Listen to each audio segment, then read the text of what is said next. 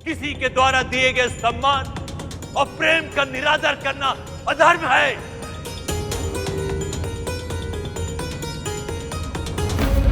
आपका यह व्यवहार अक्षम्य है देवेंद्र, अक्षम्य है।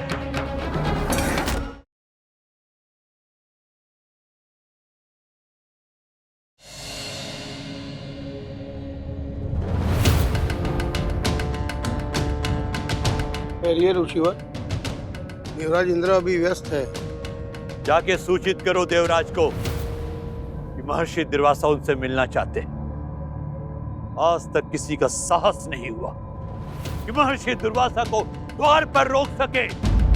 जाओ, शीघ्रता करो। किसी भी रूप में किसी की प्रतीक्षा करना दुर्वासा के स्वभाव के विपरीत है। आइए महर्षि।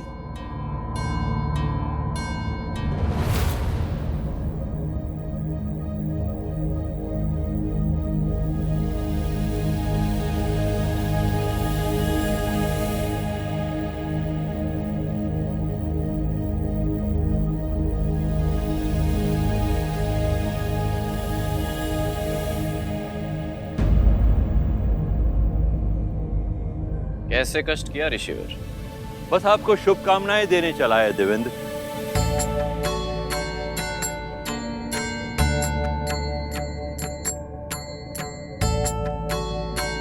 आपने असुरों पर विजय प्राप्त की और ये तीनों लोकों के लिए बहुत ही सुखद है।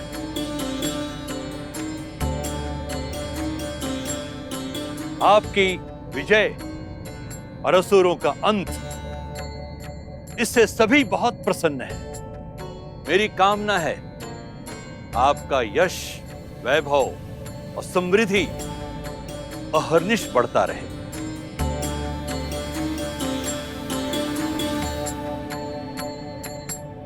आपके शासन में देव, यक्ष, किन्नर, साधु संत और संपूर्ण मानव जाति भय रहित हो,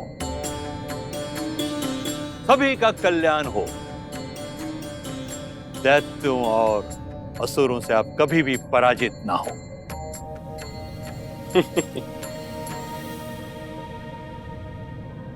मैं देवराज हूं,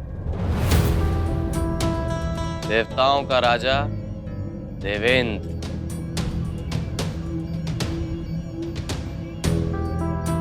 त्रिलोक में मुझसे अधिक शक्तिशाली कोई नहीं,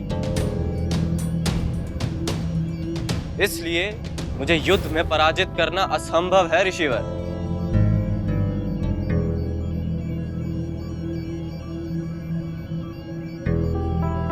अब मुझे किसी का भी भय नहीं। ये तो बहुत ही श्रेष्ठता बोधक भाव है देवेंद्र। इसे आत्ममुग्धता कहते हैं। और हां, अति आत्मविश्वास बहुतायत अपना सही आंकलन नहीं करने देता है। आशा है आप मेरा मंतव्य समझ गए होंगे। और हां, विजय की इस शुभ घड़ी में मैं आपके लिए कुछ उपहार लेकर आया हूं। इसकी क्या आवश्यकता थी ऋषिवर? अमरावती का कोष तो स्वर्ण और रत्नों से भरा ही पड़ा है।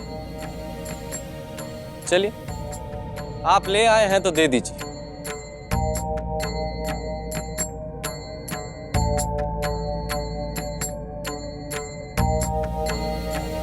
ये पारिजात पुष्प की दुर्लभ माला है देवेंद्र, और किसी विशेष के द्वारा आपको भेजी गई है। त्रिलोक में मुझसे बढ़कर विशेष और कोई नहीं ऋषिवर।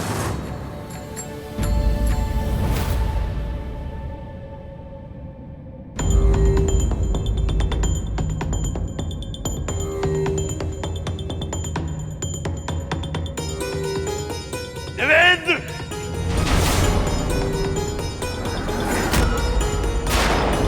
आपने मेरी दी हुई भेंट का अपमान करके बहुत बड़ी भूल की है।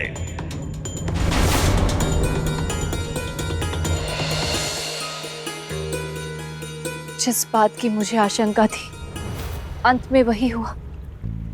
देवराज इंद्र को संयम से काम लेना चाहिए था। वो ये भली भांति जानते हैं कि देवताओं के शत्रुओं का अभी भी अंत नहीं हुआ। यदि किसी भी कारण देवराज इंद्र शक्तिहीन हुए तो वे इस अवसर का लाभ उठाकर घात लगाकर पुनः आक्रमण कर सकते हैं। देवराज इंद्र को अतीत से ये सीख तो लेना ही चाहिए था। महर्षि दुर्वासा के क्रोध से तीनों लोग परिचित हैं। उसके बाद भी देवराज इंद्र का ये कृत्य। देवी नारायणी, चिंतित लग रही हैं आप।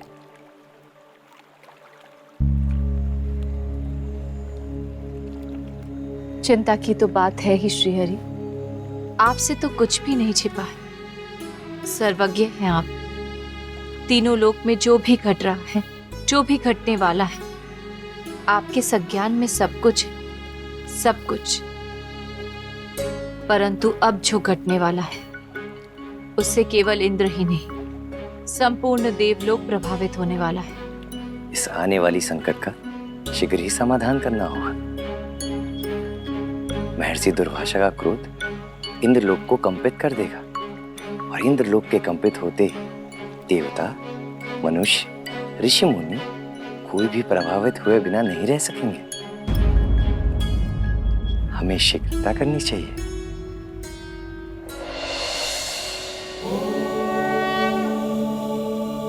क्षमा करे देवाधिदेव,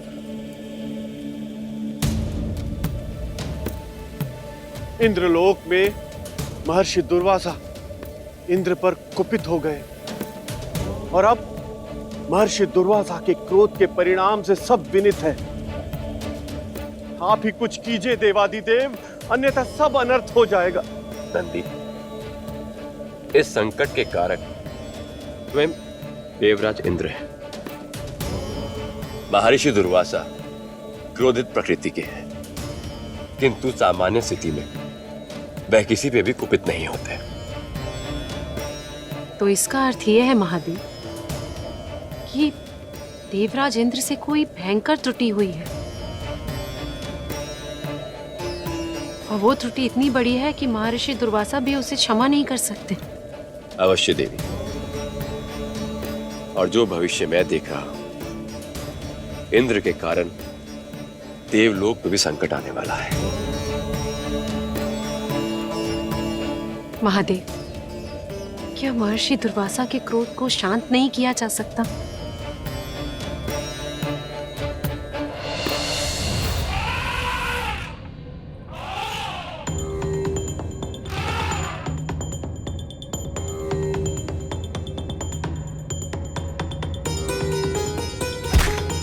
देवेंद्र, आपने मेरी द्वारा दी गई भेंट का अपमान करके बहुत बड़ी भूल की है।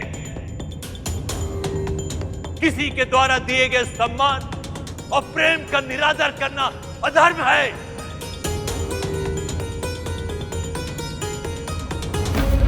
आपका यह व्यवहार अक्षम्य है देवेंद्र, अक्षम्य है।